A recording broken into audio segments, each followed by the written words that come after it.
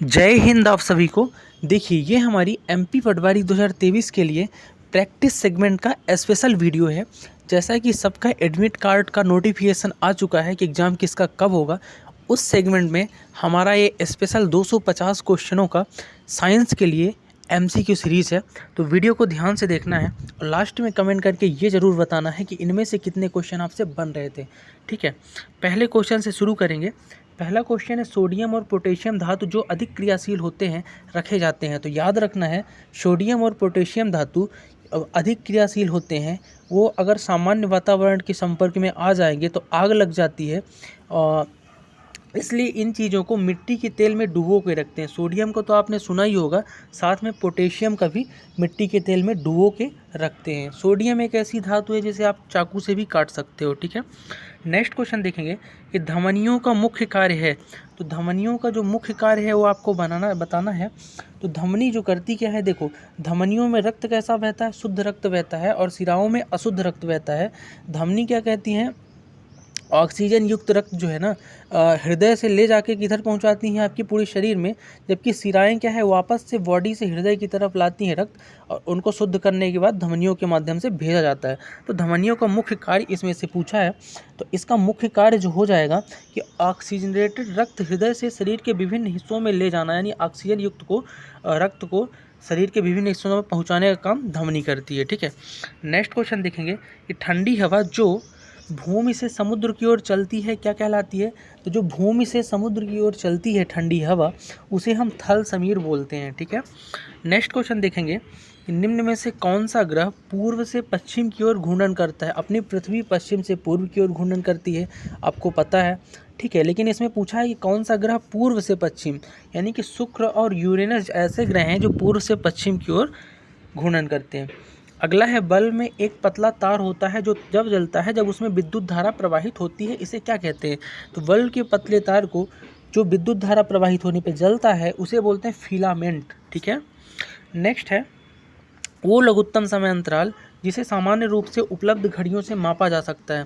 तो लघुत्तम समय जिसे घड़ियों से आप माप सकते हैं, तो सबसे छोटा समय है सेकंड होता है। ठीक है, नेक्स्ट है, 6 से 8 साल की उम्र के बीच बच्चों के दांत गिरते हैं, उन्हें डॉट डॉट कहा जाता है।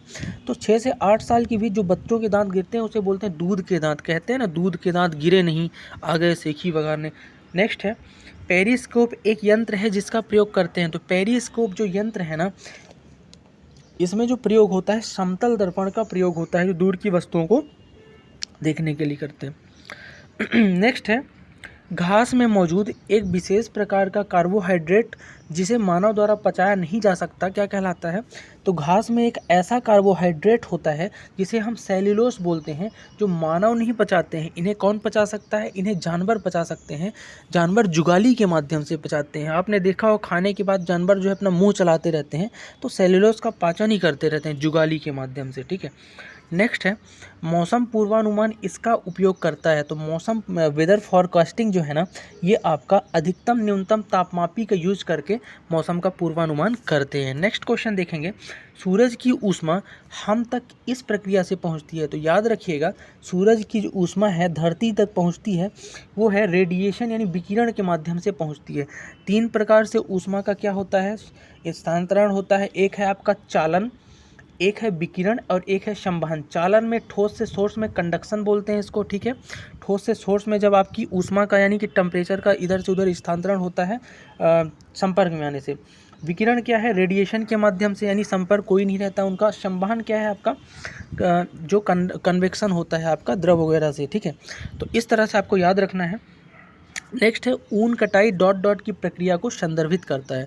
तो ऊन की जो कटाई है ना, ये आपकी ऊन प्राप्त करने के लिए भेड़ों से कर्तित ऊन के साथ त्वचा की पतली परत हटाने को ऊन कटाई बोलते हैं। ठीक है, अगला देखेंगे, पुलों और गाड़ियों के निर्माण में इस्तेमाल होने वाले लोहे को मजबूती देने के लिए जिंक की कोटिंग की जाती है, इसे क्या कहते हैं। तो जिंक की जो जस्ते की कोटिंग की जाती है, कोटिंग क्या है, कोटिंग इलेक्ट्रोप्लेटिंग बोलते हैं इसको। तो कोटिंग एक ऐसी पद्धति है जिससे किसी भी चीज़ को संक्षारण या रस्ट या जंग लगने से बचाने के लिए मेन धातु है उसके ऊपर परत चढ़ाते हैं किसी दूसरी धातु की। जैसे आप अपने मोबाइल में कवर चढ़ाते हो कि आपका मोबाइल ख़राब ना हो। ठीक है, नेक्स्ट है टार्चें इसका प्रयोग करती हैं, तो टार्चों में कौन सा दर्पण होता है भाई ये बताना है आपको। तो टार्चों में अवतल दर्पण होता है, मोस्ट इंपॉर्टेंट क्वेश्चन, कौन सा दर्पण होता है, अवतल दर्पण। नेक्स्ट है ज्वलनशील पदार्थ बड़ी संख्या में आग पकड़ते हैं, ऐसा इसीलिए क्योंकि इसमें ज्वलनशील पदार्थ इसलिए आग पकड़ते हैं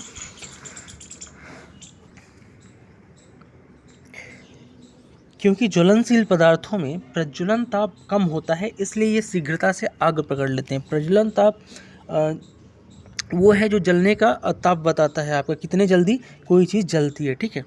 नेक्स्ट है जब मृदा में बालू के कणों का ज़्यादा अनुपात रहता है तो इसे कहा जाता है। तो मिट्टी में जब बालू के कण ज़्यादा हो जाते हैं ना, इन्हें हम क्या बोलते हैं, बलुई मिट्टी बोलते हैं। क्या बनती, बलुई मिट्टी।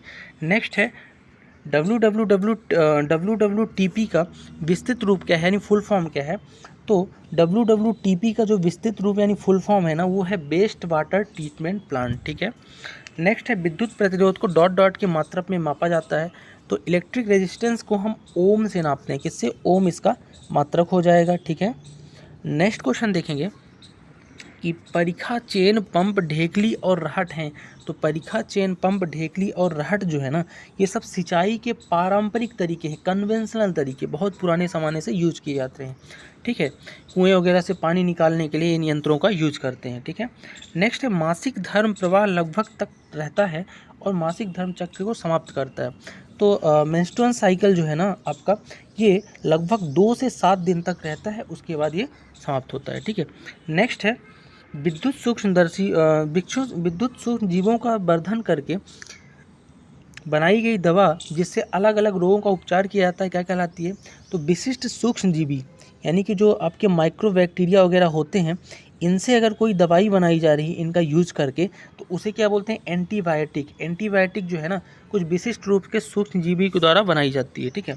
पहली एंटीबायोटिक कौन सी थी, तो अलेक्जेंडर फ्लेमिंग ने कौन सी बनाई थी, पेनिसिलिन बनाई थी, याद रखना है आपको। नेक्स्ट क्वेश्चन देखेंगे भूजल का डॉट डॉट प्रक्रिया द्वारा पुनर्भरण होता है। तो धरती के जल का जो है ना, अंतःछंद को द्वारा क्या होता है, पुनर्भरण होता है, ठीक है। नेक्स्ट है लाइकेन, इसके बीच का सहजीवी संबंध है। तो लाइकेन किसके बीच का सहजीवी संबंध है, तो लाइकेन जो है ना, सबक और शैवाल और कवक के बीच का क्या है, सहजीवी संबंध दर्शाता है। तो सबक और कैवाल से शैवाल और कवक से बन के कौन बनेंगे, लाइकेन बनेंगे। लाइकेन वही आपका एक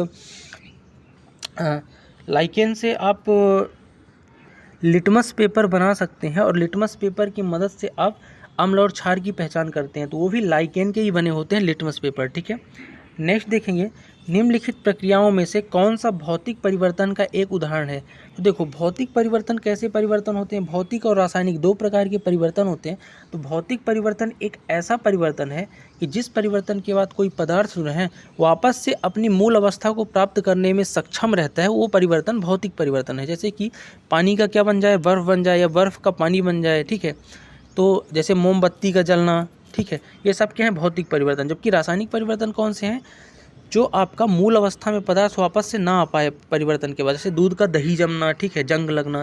तो इसमें से भौतिक परिवर्तन का उदाहरण नहीं है, ये बोला है। भौतिक परिवर्तन नहीं होगा तो कौन सा परिवर्तन होगा, रासायनिक परिवर्तन। तो प्रकाश संश्लेषण क्या है, एक रासायनिक परिवर्तन है, ठीक है, जिसमें पौधे जो है ना भोजन बनाते हैं। नेक्स्ट है खमीर में आवेयी श्वसन के परिणाम से बने उत्पाद हैं।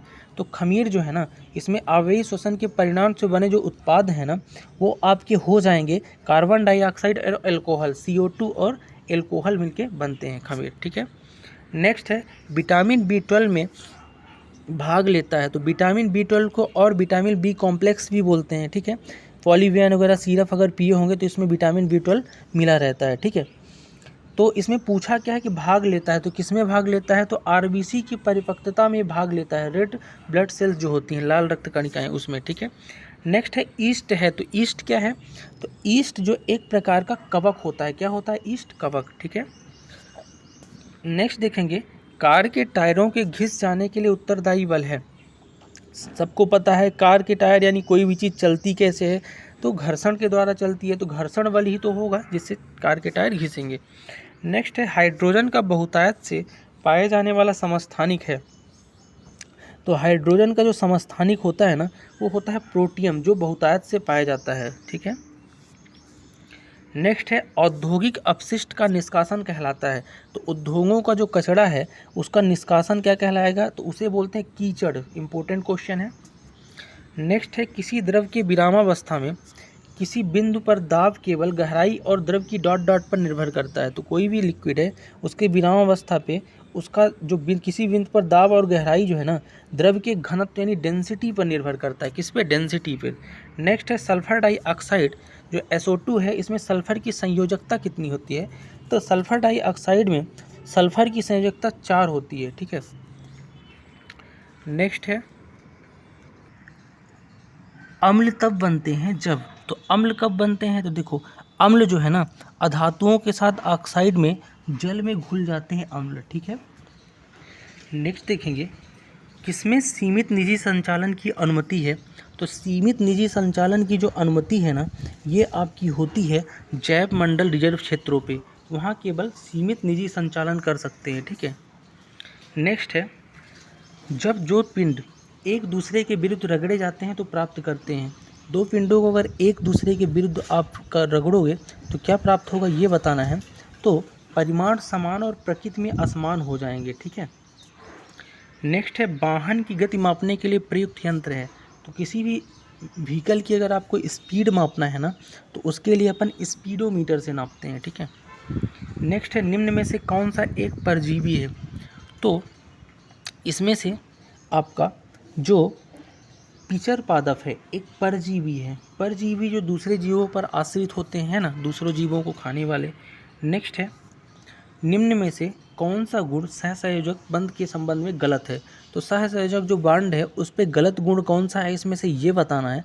तो इसमें से जो इसमें ज्यामिति निश्चित नहीं होती। देखो सहसंयोजक बॉन्ड में जो है ना आपकी जो आपकी ज्योमेट्री होती है निश्चित होती है, आई थिंक 3D होती है, लेकिन ये कह रहा निश्चित नहीं होती, तो निश्चित होती है ये बात गलत है आपकी। बाकी यहाँ पे बातें सही हैं कि सहसंयोजक बाद में गलनांक और क्वथनांक कम होता है, समानता जल में अभिलेय होते हैं, दो परमाणु जिनकी विद्युत ऋणात्मकों का अंतर कम या बराबर के बीच बनता है। ठीक है। नेक्स्ट है निम्नलिखित में से कौन सा ह्यूमस प्रचुर है, तो ह्यूमस प्रचुर मात्रा में जो है ये बताना है आपको। तो ऊपरी मृदा जो है ना जिसमें ह्यूमस काफ़ी मात्रा में पाया जाता है। ह्यूमस जो है बहुत पुराने सड़े गले पदार्थ हैं जीवाश्मों के, जिससे भूमि उर्वरा होती है, उसको ह्यूमस बोलते हैं। ठीक है। नेक्स्ट है धातुओं के शुद्धिकरण के दौरान शुद्ध धातु डॉट डॉट पर प्राप्त होती है। तो धातु को जब आप शुद्धिकरण करते हैं ना तो शुद्ध धातु जो है ना आपकी ये आपकी कैथोड पर प्राप्त होती। कहाँ पे प्राप्त होती, कैथोड पर। ठीक है। नेक्स्ट है वह परावर्तन जिसमें परावर्तित किरण समांतर पुंज के रूप में यात्रा करती है कहते हैं।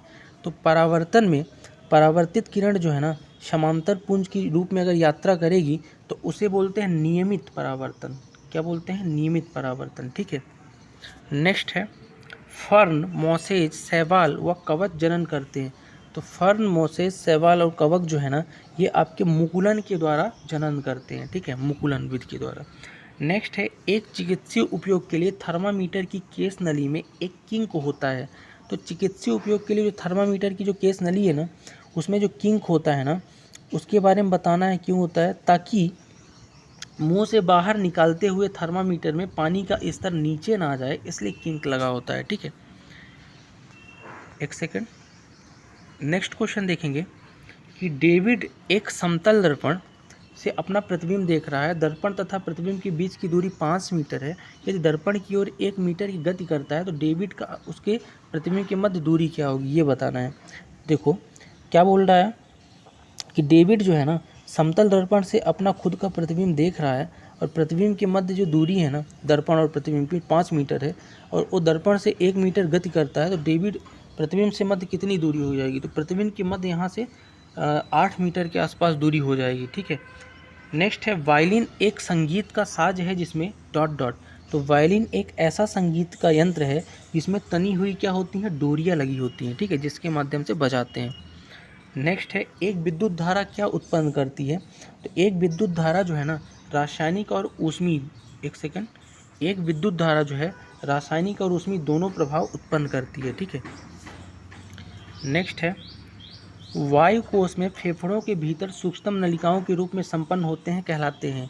तो वायुकोश जो फेफड़ों के भीतर सूक्ष्म नलिकाओं में संपन्न होते हैं उन्हें हम वायुकुपिकाएँ बोलते हैं। इंपॉर्टेंट क्वेश्चन है।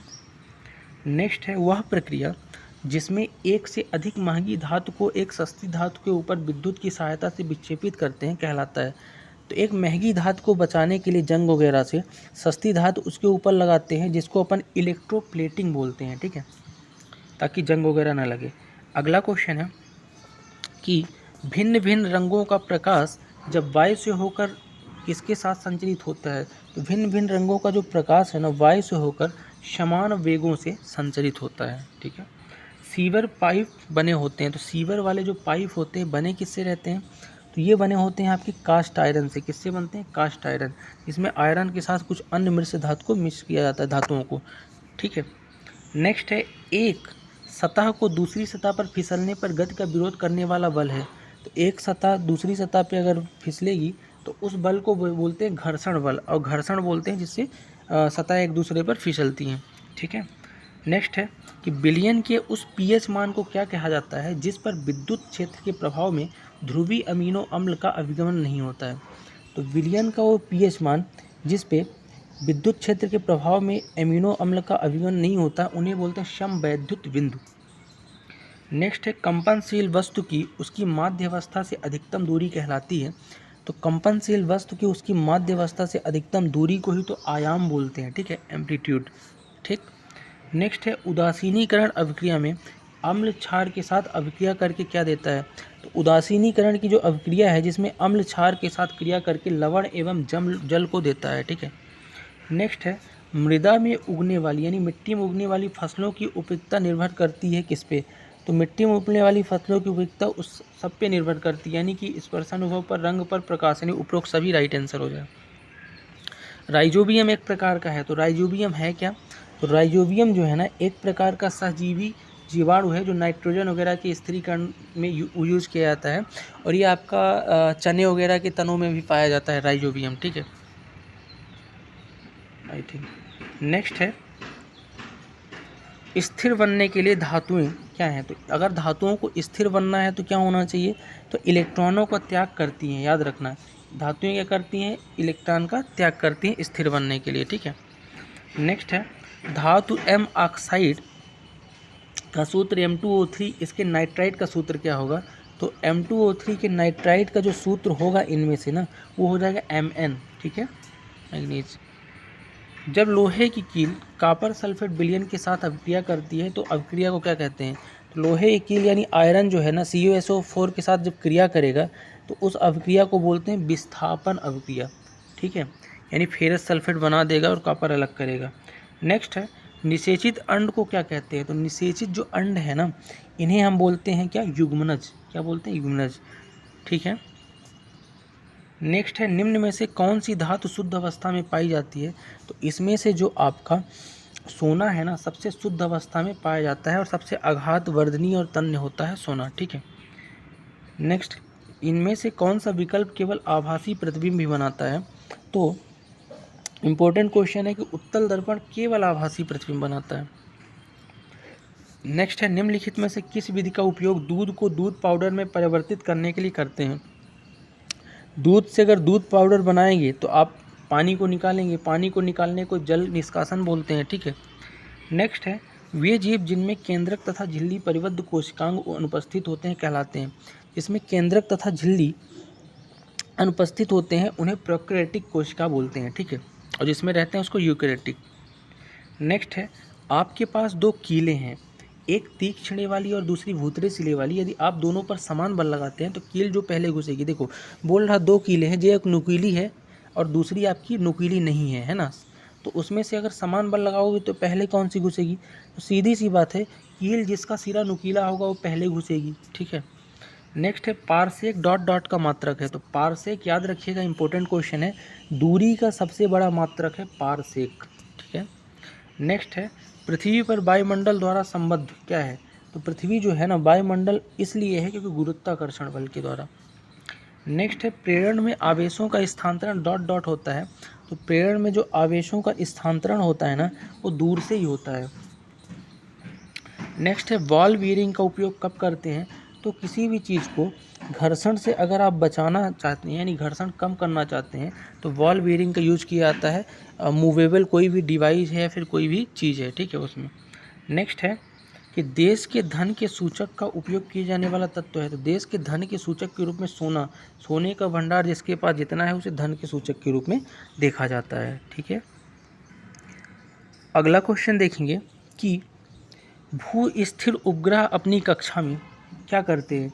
भू स्थिर उपग्रह अपनी कक्षा में निरंतर गति करता है और यह अपकेंद्र बल के प्रभाव से होता है जो प्राप्त होता है। तो भू स्थित उपग्रह जो होते हैं आपके, ये निरंतर गति करते हैं क्योंकि अपकेंद्र बल के प्रभाव से जो कहाँ प्राप्त होता है, तो अपकेंद्र बल जो है ना आपका, ये पृथ्वी द्वारा उपग्रह पर लगाए जाने वाले गुरुत्वाकर्षण से प्राप्त होता है, ठीक है। नेक्स्ट देखेंगे कि स्वचालित कढ़ाई घड़ियों में ऊर्जा मिलती है। तो जो अपने से चलने वाली कढ़ाई घड़ियाँ हैं ना, उसमें ऊर्जा कहाँ से मिलती है उनको चलाने के लिए, तो वो मिलती है आपकी हमारे हाथ के विभिन्न संचालन से ही उसको ऊर्जा मिलती है जो खुद से चलती है, ठीक है, मूव करने से। नेक्स्ट क्वेश्चन देखेंगे कि जब कुएँ से बाल्टी को, एक सेकंड, जब कुएँ से बाल्टी को ऊपर खींचते हैं तो हमें क्या महसूस होता है कि बाल्टी, देखो जब कुएँ से बाल्टी को आप ऊपर खींचते हो तो हमें ये महसूस होता है कि पानी की सतह ऊपर भारी हो गई है। आपने कभी देखा ही होगा, आर्किमिडीज का सिद्धांत भी यही बोलता है कि कुएँ की सतह से जो अगर पानी में डूबी हुई बाल्टी है तो आपकी कम भारी रहेगी और जैसे उसको आप पानी से बाहर निकालोगे तो भारी हो जाएगी, ठीक है। अगला क्वेश्चन है भारहीनता होती है। तो भारहीनता जो है ना, गुरुत्वाकर्षण के शून्य स्थिति पे भारहीनता होती है, यानी कि जहाँ पे गुरुत्वाकर्षण नहीं हो भार महसूस नहीं होगा। नेक्स्ट है निम्नलिखित में से कौन सा अधिक प्रत्यास्थ है।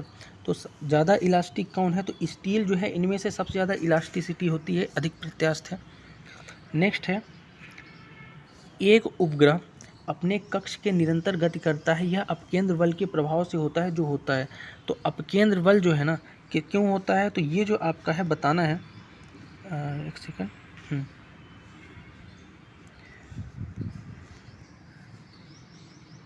तो ये होगा उपग्रह द्वारा पृथ्वी पर लगाए जाने वाले गुरुत्वाकर्षण से, ठीक है।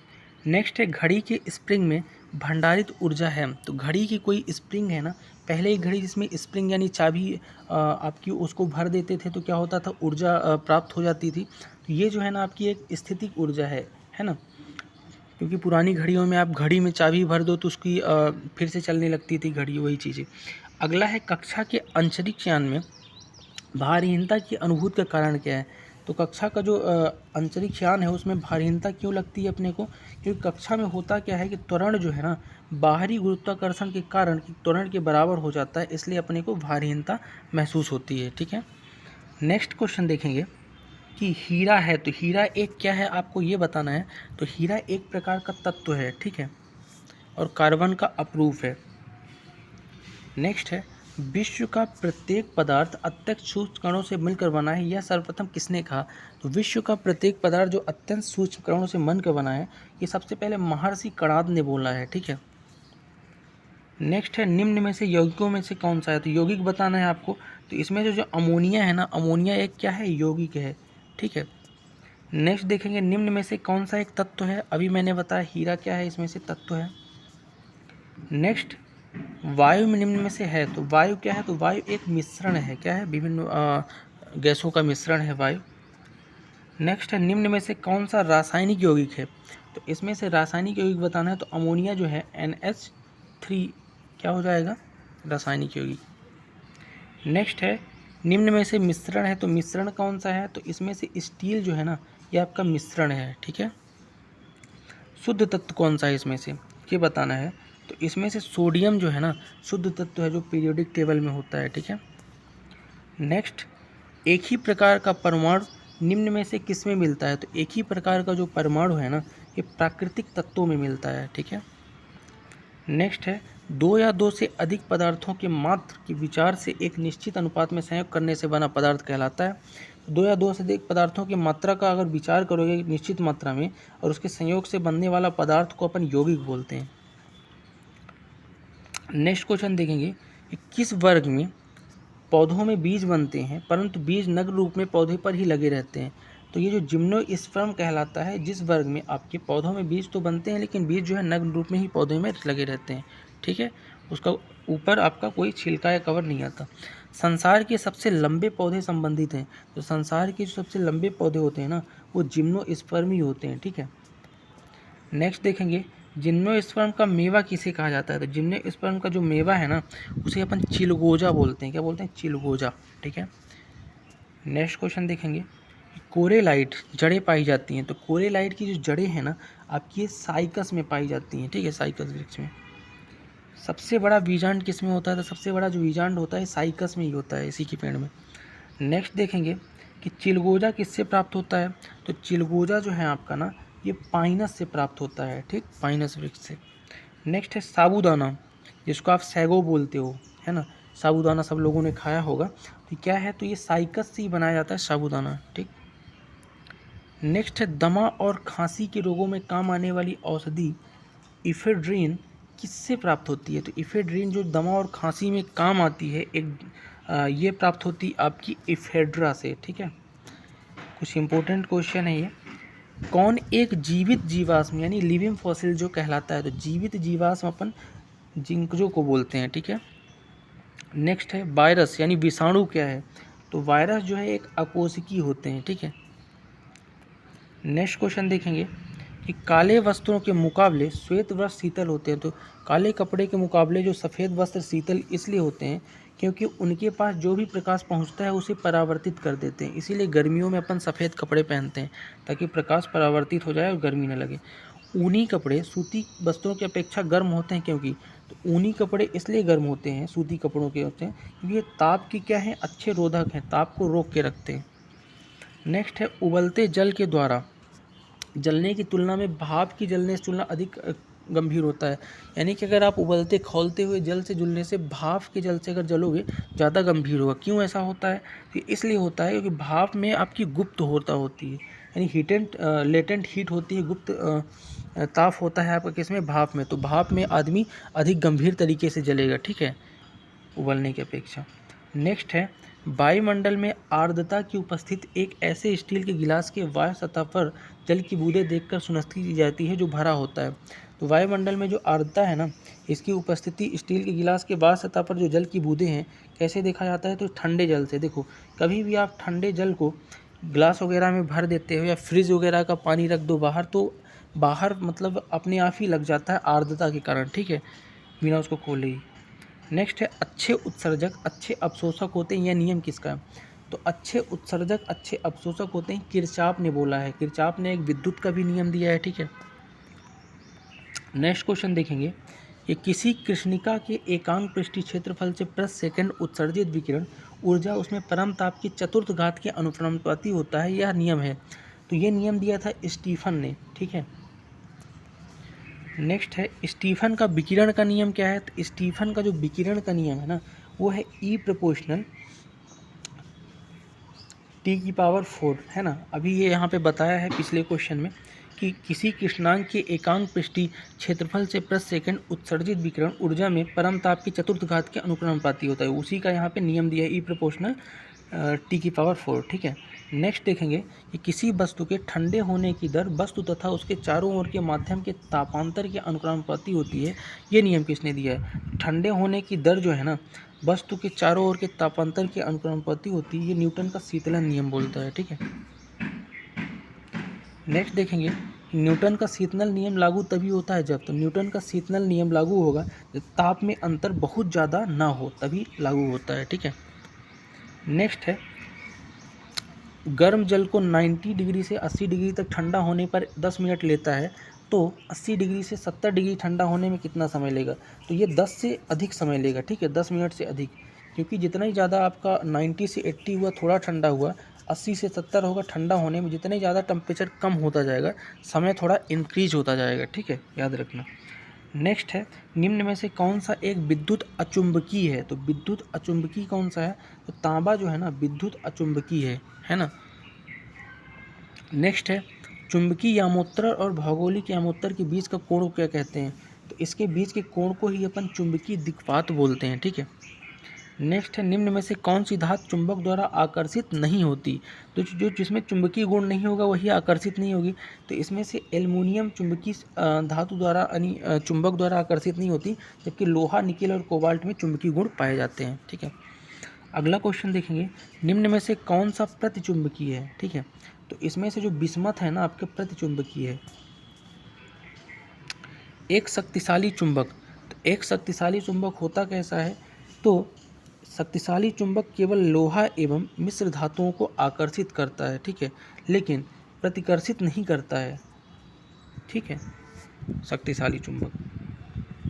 नेक्स्ट देखेंगे, निम्नलिखित में से कौन सा सुमेलित नहीं है, तो इसमें से देखो, मैनोमीटर से अपन दाब मापते हैं, कार्बोरेटर आंतरिक दहन इंजन होता है जो एयर फ्यूल मिक्सचर करता है व्हीकल्स में, कार्डियोग्राफ हृदय की गति नापते हैं, ये चीज़ें सब सही हैं। लेकिन सिस्मोमीटर जो है ना, पृष्ठ तल की पृष्ठता नहीं, ये भूकंप नापने के काम आता है। ठीक है, अगला है, निम्न में से कौन सा सुमेलित नहीं है, तो इसमें से सुमेलित नहीं है आपको बताना है, तो टोक्योमीटर दाबांतर ये सुमेलित नहीं है, जबकि अमीटर विद्युत धारा, एनोमीटर वायु की चाल और पायरोमीटर उच्च तापीय तीनों सुमेलित है।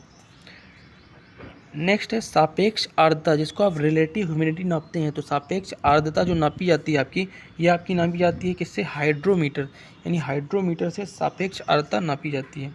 सॉरी, हाइड्रोमीटर नहीं, हाइग्रोमीटर होगा, हाइड्रोमीटर से जल का।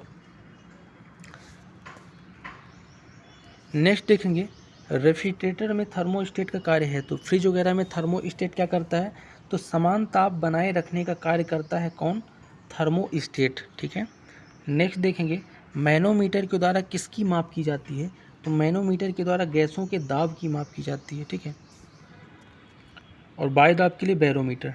नेक्स्ट है, वायु की आर्द्रता मापने के लिए कौन सा यंत्र प्रयोग करते हैं, तो वायु की आर्द्रता यानी ह्यूमिडिटी को मापने के लिए हाइग्रोमीटर, अभी मैंने बताया। नेक्स्ट है, दूध के घनत्व को किसके द्वारा नापते हैं, तो दूध का जो डेंसिटी है ना, इसको अपन लैक्टोमीटर से नापते हैं, किससे, लैक्टोमीटर। नेक्स्ट है, निम्न में से किसका उपयोग ऊंचाई नापने के लिए करते हैं, तो ऊंचाई के लिए अपन अल्टीमीटर का यूज़ करते हैं। ठीक है, एरोप्लेन वगैरह के ऊपर। नेक्स्ट है, भूकंप की तीव्रता किससे नापी जाती है, तो भूकंप की जो तीव्रता है ना, ये सिस्मोग्राफ से ही नापी जाती है।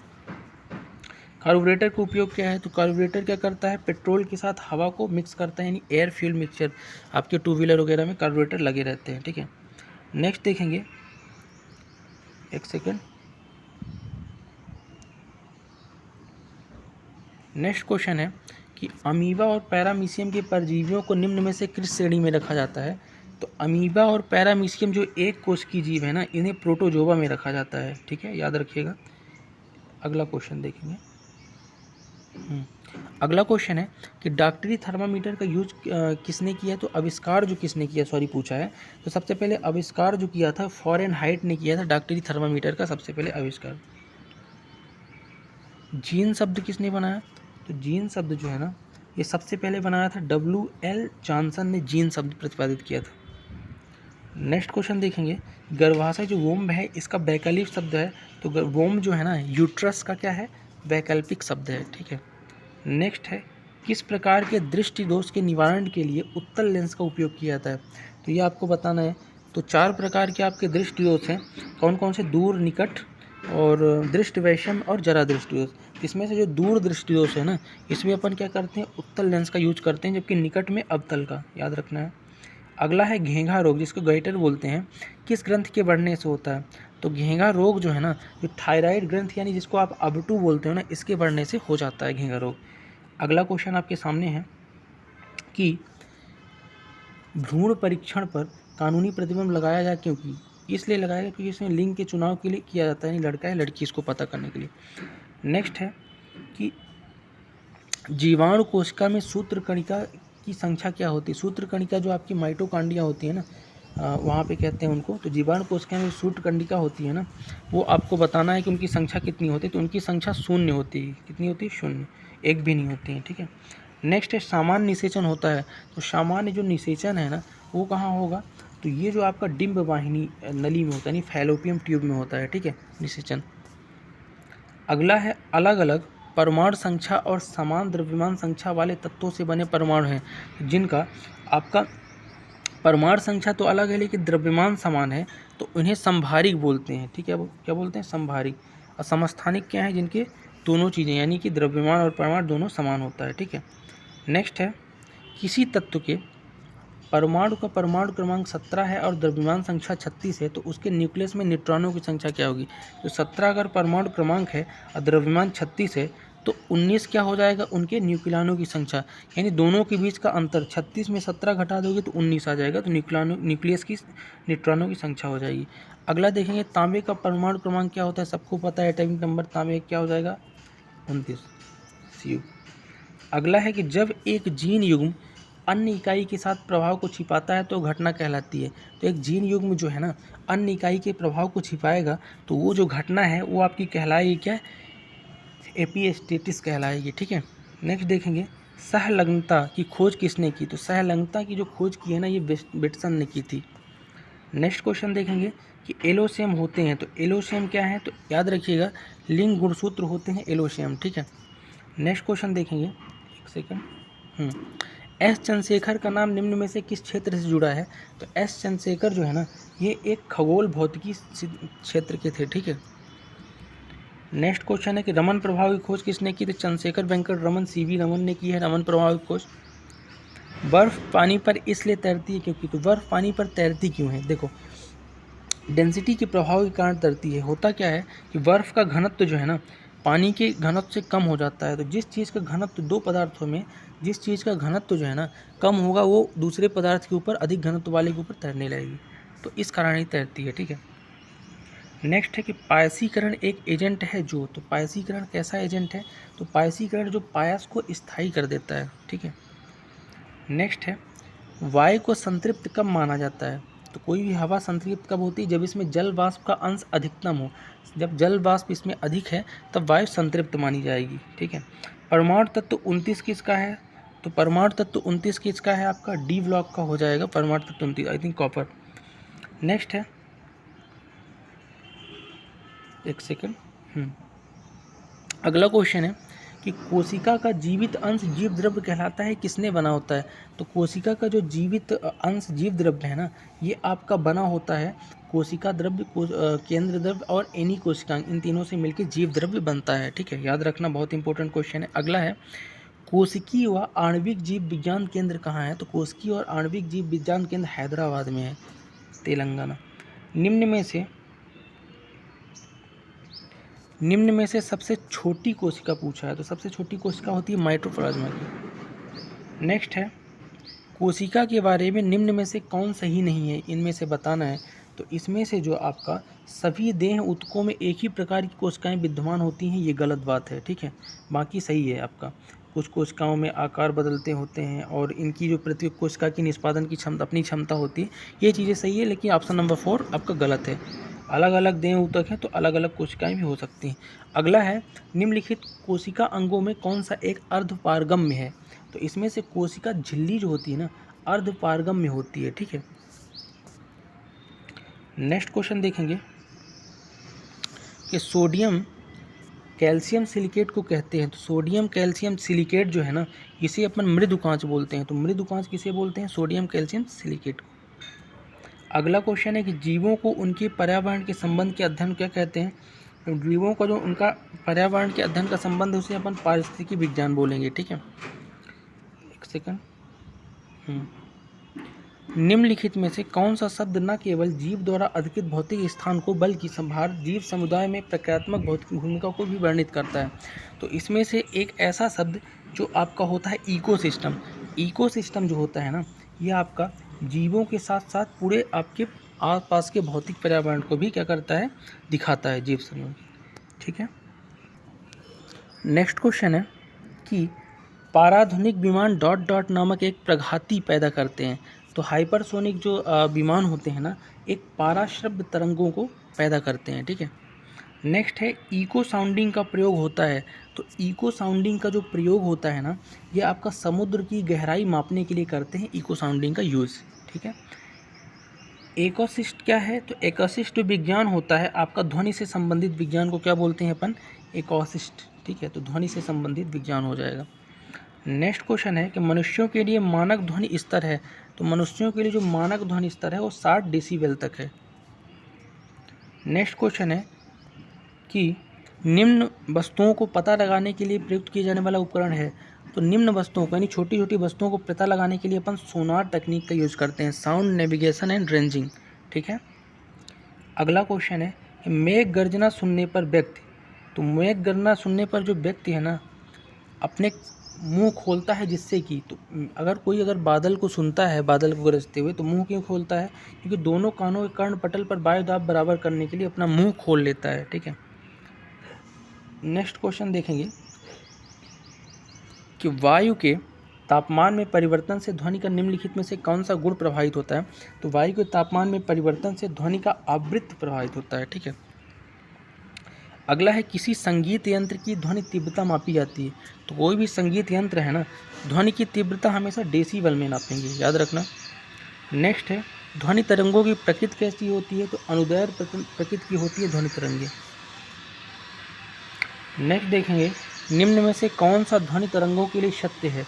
तो इसमें से आपको सत्य वाला कथन बताना है कि ध्वनि तरंगों के लिए सत्य क्या है।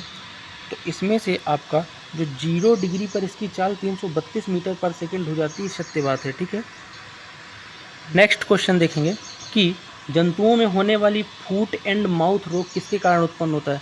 तो फूट एंड माउथ रोग जो है ना, ये वायरस यानी विषाणु के कारण होता है जंतुओं में। ठीक है, नेक्स्ट है आलू में मोजेक यानी मोसेक जो डिजीज़ है, कारक तत्व क्या है? तो आलू में जो मोजेक रोग होता है ये वायरस के कारण ही होता है। ठीक है, नेक्स्ट है वनस्पत विज्ञान की वह शाखा जिसमें शैवालों का अध्ययन किया जाता है कहलाता है। तो शैवालों के अध्ययन को पूछा है, तो शैवालों के अध्ययन को अपन क्या बोलते हैं? फाइकोलॉजी।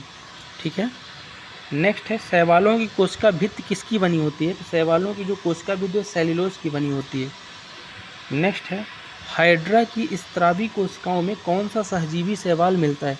तो हाइड्रा की स्त्रावी कोशिकाओं में आपका यूक्लोरेला शैवाल मिलेगा। ठीक है, नेक्स्ट देखेंगे कि कोशिका का जीवित अंश जीव द्रव्य कहलाता है या किससे बनता है? जीव द्रव्य किससे बनता है? कोशिका द्रव्य, केंद्रक द्रव्य और एनी कोशिकांग से मिलकर बनता है जीव द्रव्य।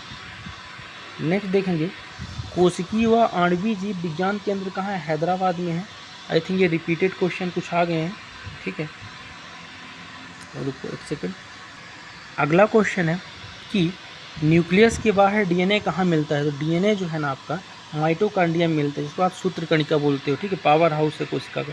सेल नामक किस जीव वैज्ञानिक ने सर्वप्रथम दिया है? तो सेल जो है कोशिका, इसका नाम सबसे पहले किसने दिया है ये बताना है। तो रॉबर्ट हुक ने दिया है। ठीक है, तो रॉबर्ट हुक इसका राइट आंसर हो जाएगा। केंद्रक किसने दिया है? तो रॉबर्ट ब्राउन ने केंद्रक के बारे में बताया। कौन सी रचना जंतु कोशिका को वनस्पत कोशिका से अलग करती है? तो जंतु कोशिका को वनस्पत कोशिका से सेंट्रियोल की रचना अलग करेगी। नेक्स्ट क्वेश्चन देखेंगे तारा मछली के नाम से जाना जाता है। तो तारा मछली के नाम से अपन स्टीसियस को जानते हैं। किसको? स्टीसियस को। नेक्स्ट है मछली को विशेष संरचना जो श्वास लेने में मदद करती है। तो मछली जो है ना गिल्स यानी गड़फड़ों की मदद से श्वास लेती है। मछलियों के दिल की विशेषता क्या है? तो याद रखना कि मछलियों का जो दिल होता है ना, इसमें केवल अशुद्ध रक्त बहता है मछलियों के दिल में। नेक्स्ट है निम्न में से कौन सा जीव वास्तव में मछली है? तो इसमें से जो समुद्री घोड़ा है ना ये मछली है, जबकि ये मछली नहीं है। ठीक है, नेक्स्ट देखेंगे निम्न में से कौन सा जीव मछली नहीं है? तो इसमें स्टार फिश कोई भी मछली नहीं है, अभी मैंने बताया। ठीक है, नेक्स्ट क्वेश्चन देखेंगे कि फास्फोरस का सबसे अधिक क्रियाशील रूप है। तो फास्फोरस जो सबसे ज़्यादा क्रियाशील होता है, पीला या श्वेत फास्फोरस सबसे अधिक क्रियाशील होता है। पीले फास्फोरस को सुरक्षित कहाँ रखते हैं? क्रियाशील है इसलिए सुरक्षित रखना पड़ेगा, तो जल में इसको सुरक्षित रखते हैं। अगला है दिया सलाई के निर्माण में प्रयुक्त होता है। तो लाल फास्फोरस आई थिंक दिया सलाई में प्रयुक्त करते हैं, यानी जो आपकी माचिस की तीली है लाल फास्फोरस। हड्डियों और दांतों में लगभग 50% क्या होता है? तो हड्डी धातु में कैल्शियम फास्फेट सबसे ज़्यादा होता है। ठीक है, मोस्ट इंपॉर्टेंट क्वेश्चन। फास्फोरस के अपरूपों में कौन स्फुरदीप्त का गुण प्रदर्शित करता है?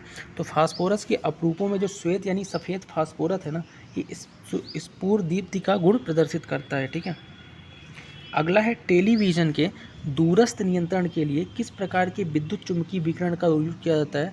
टेलीविज़न का अगर दूरस्थ नियंत्रण करना है ना तो अवरक्त किरणें होती हैं।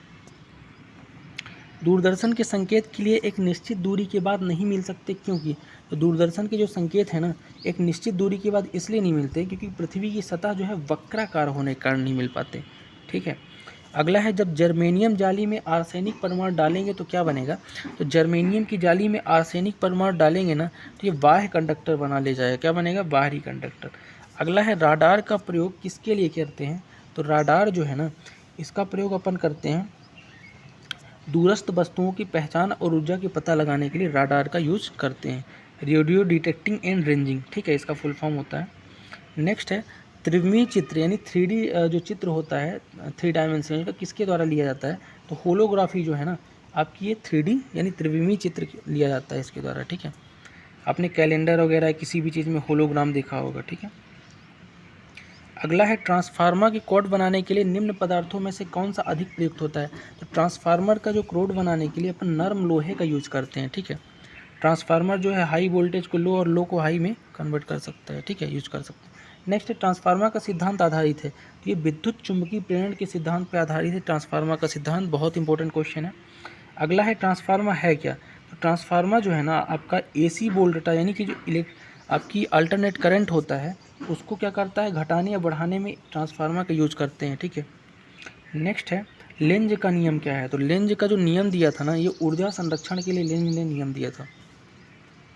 नेक्स्ट है यदि किसी चुंबक का तीसरा ध्रुव हो तो तीसरा ध्रुव कहलाएगा। देखो चुंबक के 2 ही ध्रुव होते हैं, N और S, यानी नॉर्थ और साउथ, लेकिन अगर तीसरा ध्रुव होता तो क्या कहलाता? तो वो परिणामी ध्रुव कहला जाता, अगर होता तो नहीं है, ठीक है। नेक्स्ट क्वेश्चन देखेंगे कि पृथ्वी का एक बड़ा चुंबक है, इसका चुंबकीय क्षेत्र किस दिशा में है?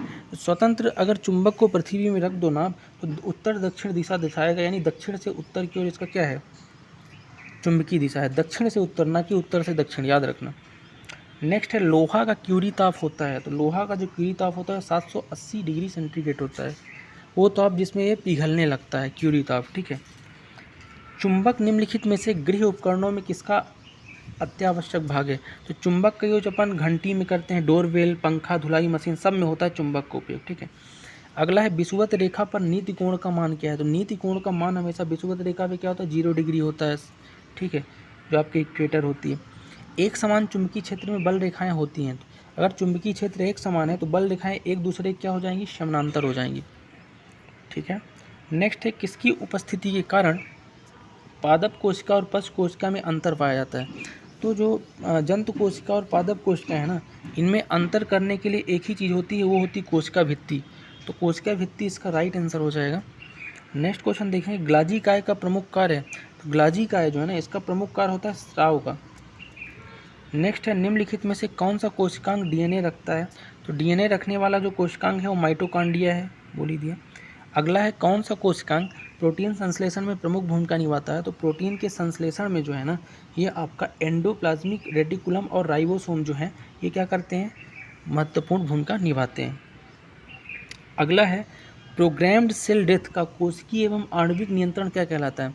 तो प्रोग्राम सेल डेथ का जो कोशिकीय एवं आणविक नियंत्रण है इसको अपन एजिंग बोलते हैं, ठीक है। नेक्स्ट क्वेश्चन देखेंगे धूप की चश्मे की क्षमता क्या होती है? इंपॉर्टेंट क्वेश्चन है। तो धूप की चश्मे की क्षमता होती है 0 डायोप्टर, इसमें कोई पावर नहीं होता है, ठीक है। लेंस की आप शक्ति को नापते हैं ना डायोप्टर से, क्षमता को। नेक्स्ट है एक लेंस का फोकांतर 25 सेंटीमीटर है तो उसकी क्षमता क्या होगी? अगर उनका फोकांतर जो है ना यानी फोकस का अंतर 25 सेंटीमीटर है ना तो उनकी क्षमता जो होगी ना +4D होगी, याद रखना, इंपॉर्टेंट क्वेश्चन है। नेक्स्ट है एक उत्तल लेंस की फोकस दूरी अगर 0.2 मीटर है तो इसकी क्षमता 5D हो जाएगी, ठीक है। नेक्स्ट क्वेश्चन देखेंगे एक उत्तल लेंस को जब पानी में डुबाया जाता है तो उसकी क्षमता क्या होगी? तो पानी में डुबाने से लेंस की क्षमता घट जाती, ठीक है। पहले एंटीबायोटिक की खोज किसने की थी? तो अलेक्जेंडर फ्लेमिंग ने पहले एंटीबायोटिक की खोज की थी, इंपॉर्टेंट क्वेश्चन है। नेक्स्ट है पेनिसिलिन की खोज अलेक्जेंडर फ्लेमिंग ने, वही पहला एंटीबायोटिक है। बायोलॉजी के जन्मदाता कौन है? तो अरस्तु हैं बायोलॉजी के जन्मदाता। जबकि नेक्स्ट क्वेश्चन देखेंगे किस वैज्ञानिक ने खोज किया कि मलेरिया मच्छरों से होता है? तो ये बताया था रोनाल्ड रोस, बहुत इंपॉर्टेंट क्वेश्चन है। रोनाल्ड रोस ने बनाया था कि मलेरिया जो है मच्छरों से होता है। लेप्रोसी वेस्लम का आविष्कार किसने किया? तो हेनसेन ने किया था लेप्रोसी वेस्लम का आविष्कार, ठीक है, याद रखना है। तो ये थे आज के पूरे सेगमेंट के लगभग 300 प्रश्न जो आपके साइंस के अति महत्वपूर्ण प्रश्न हैं MP पटवारी या व्यापम के किसी भी सेगमेंट के लिए। तो वीडियो कैसा लगा और कितने क्वेश्चन आपसे बन रहे थे कमेंट करके ज़रूर बताना। मिलते हैं नेक्स्ट वीडियो में, तब तक के लिए जय हिंद।